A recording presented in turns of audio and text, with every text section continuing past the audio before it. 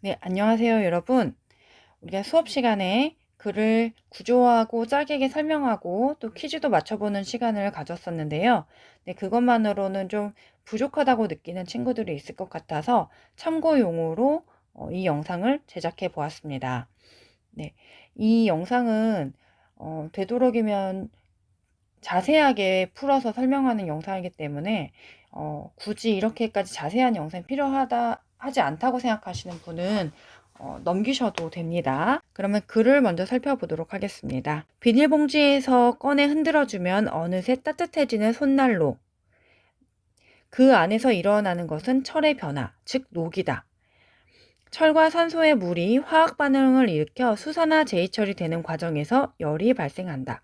우선 손난로라는 화재를 제시해 줬고요. 그 손난로 안에서 철의 변화, 즉 녹이라는 게 발생한다는 얘기가 나왔어요.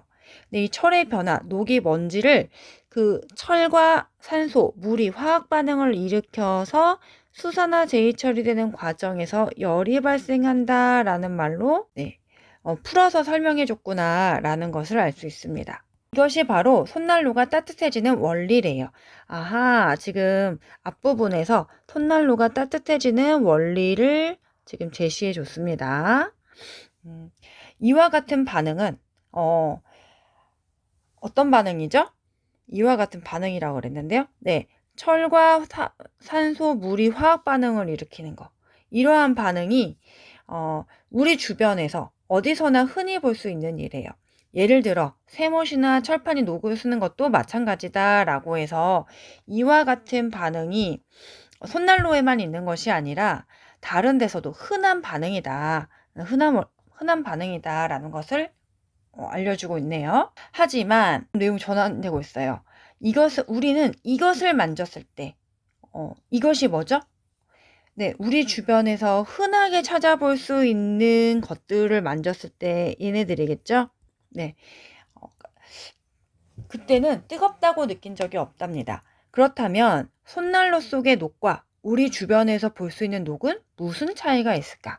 자, 지금 질문을 하고 있어요. 그럼 질문이 있다는 거는 그거에 대한 답이 나와야 되겠죠? 자, 그러면 지금 첫 번째 문단의 내용을 살펴보면 우선 손난로가 따뜻해지는 원리를 말해주고요. 근데 그거는 손난로만 가지고 있는 게 아니라 다른 데서도 다 나타난다고 했어요. 근데 문제는 손난로는 따뜻한데 다른 것은 따뜻하지가 않대요. 그럼 그 차이는 뭐지? 라고 말하고 있는 거예요. 자, 그럼 이거를 구조화하려고 할 때 여러분들 어떻게 하면 좋을까요? 이걸 문장으로 앞에서부터 쭉 줄글로 정리를 하는 것이 아니라요. 구조를 보는 거예요. 아까 전에 여기에서 중요하다고 볼 수 있는 것들이 뭐였냐면 우선 제가 밑줄 쳤던 손난로가 따뜻해지는 원리를 말했는데 그게 차이가 있다 그랬어요. 어떤 거와? 네, 손난로의 녹과 우리 주변에서 볼 수 있는 녹, 얘네들의 차이가 있다는 거죠. 그러면 이거를 우리가 옆에다가 비교해서 적어 놓으면 될 것 같아요. 자, 손난로의 녹과 그 다음에 우리 주변에서 볼 수 있는 녹이 있습니다. 얘네들이 차이가 있어요. 같지 않아요. 자, 어떤 차이가 있고 어떤 공통점이 있느냐. 얘네들은 공통점은 바로 철의 변화와 관련된 거였어요. 철, 산소, 물.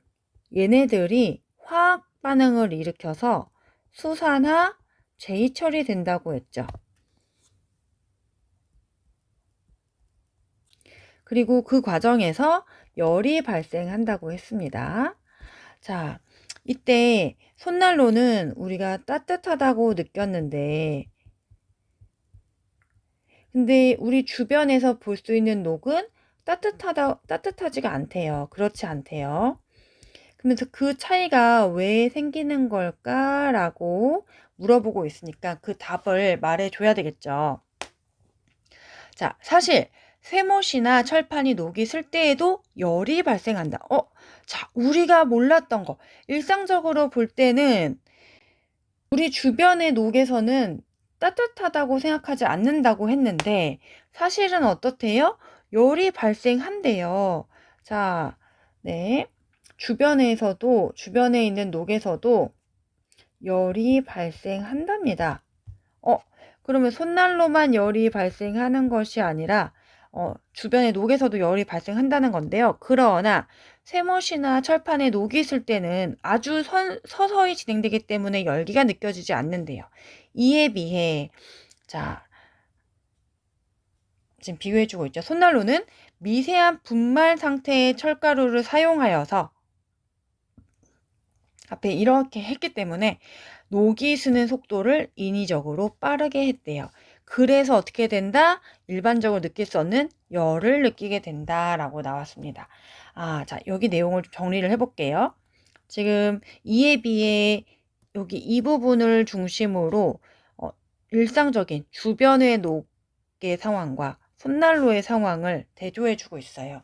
비교해주고 있어요. 자, 여기 보시면 둘 다 열이 발생하는데 주변의 녹은 어떻게? 서서히 진행된대. 그런데 손난로의 녹은 어떻게 된다고 그랬죠? 아주 빠르게 진행이 된다고 합니다.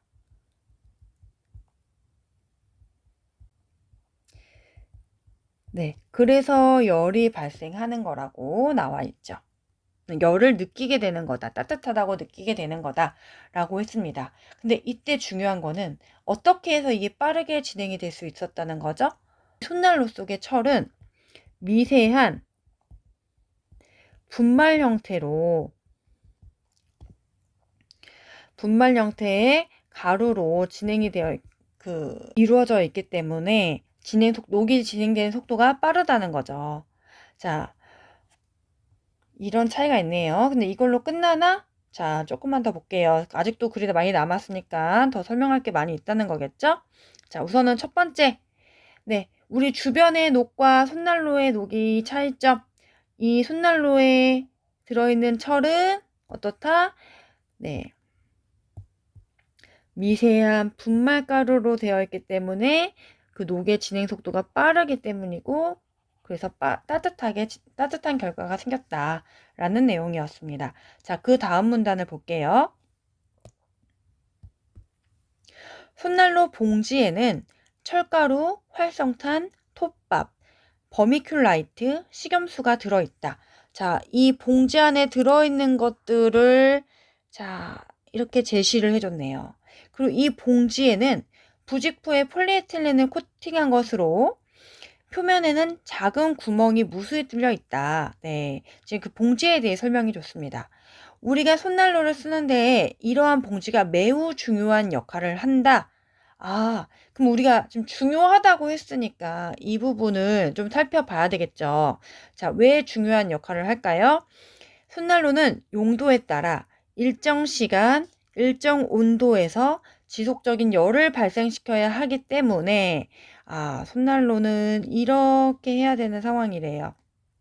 그래서 산소 공급량을 제어하는 게 중요하다고 합니다. 이때 중요한 것이 뭐다? 손난로의 봉지다. 자, 그러면 이 세 번째 문단 내용을 좀 정리를 해보겠습니다. 자, 손난로는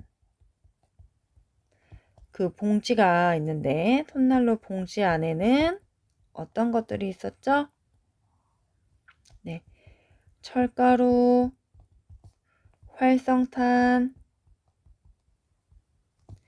그리고 톱밥, 그 다음에 버미큘라이트, 그리고 식염수가 들어있다고 했습니다. 네, 이렇게 나열을 했다는 건 얘네들에 대한 설명이 나올 거라서 우선은 이렇게 제가 정리를 해봤고요. 자, 근데 이때 이 봉지 자체가 이 재료들을 감싸고 있는 이 봉지 자체가 중요한 역할을 한대요. 이 봉지가. 자, 이 봉지가 어디에 중요한 역할을 한대요? 아까, 네, 산소 공급량에.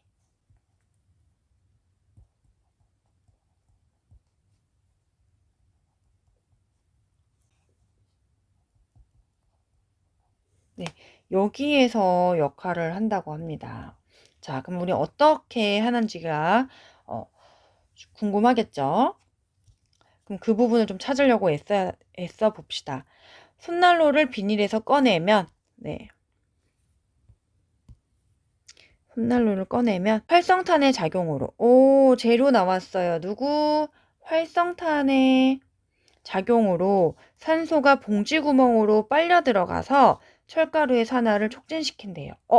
자, 지금 보니까 원래 철이 변하려면 어떤 것들이 필요했었죠?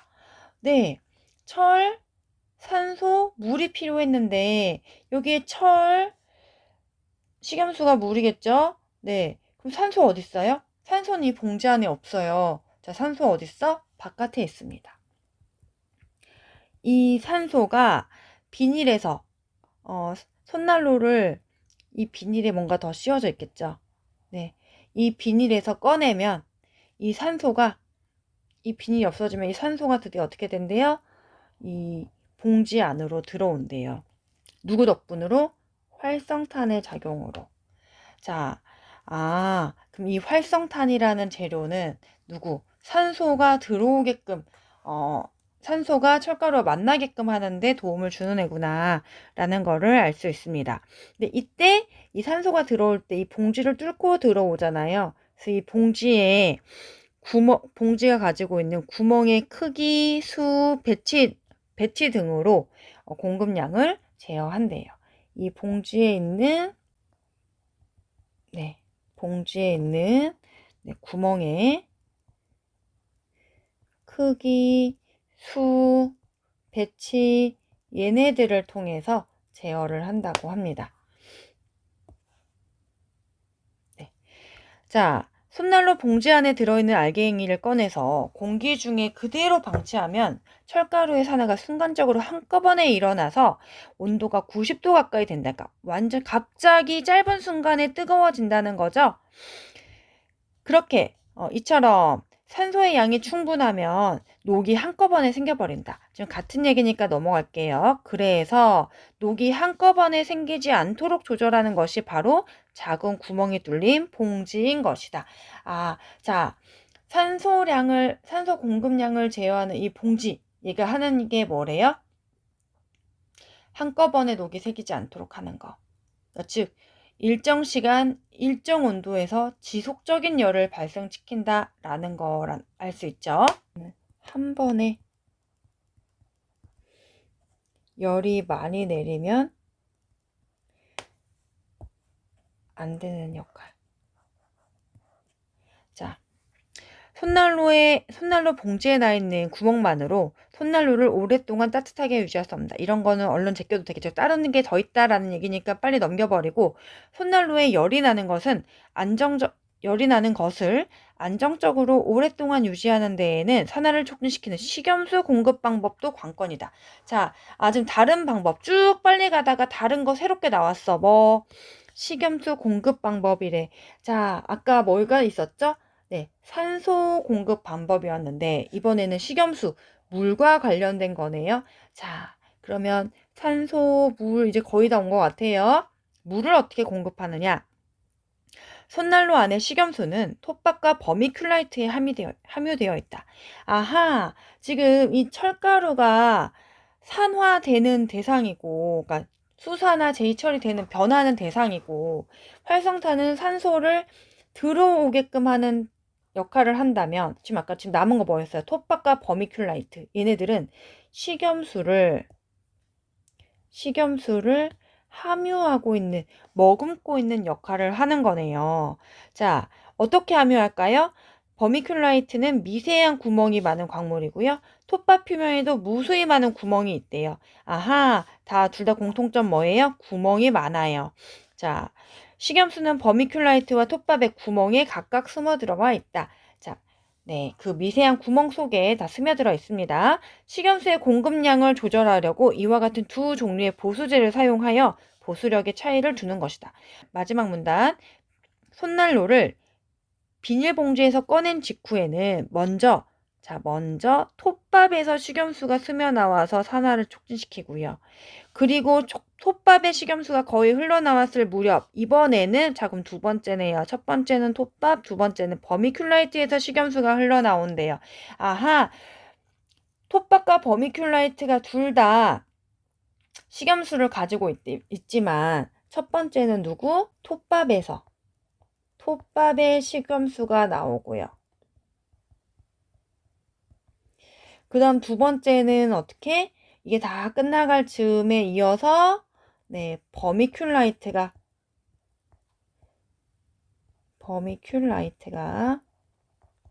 거기에서 식염수를 내보냅니다. 네. 그래서 이 시간차, 얘가 끝날 무렵에 이제 버미큘라이트가 식염수를 내보낸대. 그럼 그만큼 시간이 더 길어지는 거겠죠? 둘의 시간차를 이용해서 한 번에 하는 것이 아니라 길게 일정 시간 동안 따뜻함을 유지할 수 있다라는 얘기를 해줬어요.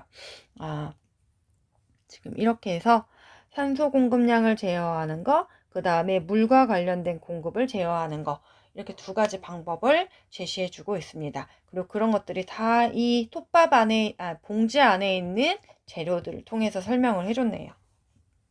자, 이런 글이었습니다.